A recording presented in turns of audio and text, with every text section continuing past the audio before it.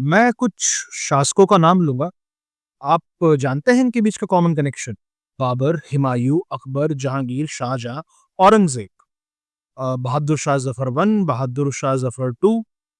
मेरा मानना है कि आप समझ गए होंगे कि हम किस डायनेस्टी की बात कर रहे हैं। दरअसल आज हम बात कर रहे हैं मुगल डायनेस्टी के बारे में। जी, मुगल डायनेस्टी के बारे में वैसे तो बहुत सारे किस्से हैं। अकबर को याद रखा गया एक कंपैशनेट किंग के तौर पर। द लेजेंडरी कोहिनूर डायमंड जो कि मुगल एम्परर शाहजहां के पास एक वक्त पर था, वो बाद में पीकॉक थ्रोन तक पहुंचा।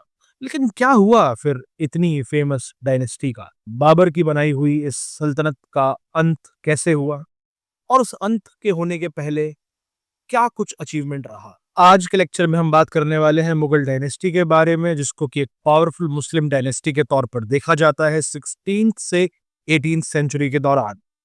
इनको जाना गया इनके कल्चरल अचीवमेंट्स, आर्किटेक्चरल मार्वल्स के कारण से। लेकिन सवाल ये है कि इस पूरी डायनेस्टी की शुरुआत किसने करी? तो जवाब है बाबर। जी हाँ, तिमरुद प्रिंस सेंट्रल एशिया से बाबर आए और मुगल डायनेस्टी की शुरुआत की।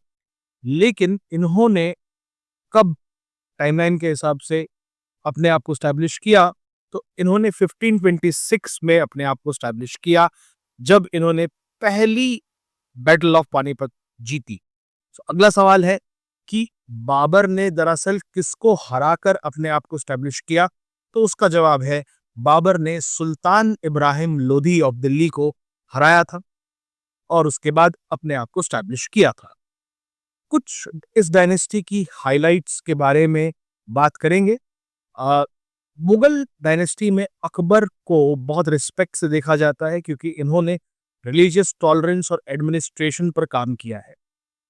साथ ही साथ में अकबर ने एक नए रिलीजियन मूवमेंट को जन्म दिया जिसका नाम था दीन इलाही, which translates to religion of God or divine faith. He created it in 1582 as syncretic और combined approach, यानी कि इनकी कोशिश थी कि सब लोगों को साथ में लिया जाए, रिलीजियस टॉलरेंस को बढ़ाया जाए। साथ ही साथ में मुगल्स ने कुछ आइकॉनिक मॉन्यूमेंट्स जैसे कि ताजमहल, रेड फोर्ट भी बिल्ड किए, जिसे आज तक लोग याद रखते हैं। लेकिन कौन थे इस डायनेस्टी के last ruler? Bahadur Shah Zafar second थे इसके लास्ट रूलर। और क्यों खत्म हुई, कैसे खत्म हुई ये डायनेस्टी? 1857 में following the Indian rebellion with the deposition and exile of Bahadur Shah second, इस तरह से ये एंड हुई। पर क्या कुछ मुख्य कारण थे? इंटरनल इनके यहाँ पे फ्रिक्शन बहुत थी, राइवलरियां बहुत थी। औरंगजेब का नाम आपने जरूर सुना होगा। उन्होंने एक्सट्रीम रिलीजियन को अप्लाई करने की कोशिश की जिससे कि डिसेंट बढ़ा और साथ ही साथ में मराठा एम्पायर का भी राइज होने लगा। और मुगलों ने अपनी एडमिनिस्ट्रेटिव इनएफिशिएंसी के कारण भी अपना राजपाट गंवाया और 1857 में ये डायनेस्टी भी खत्म हो गई।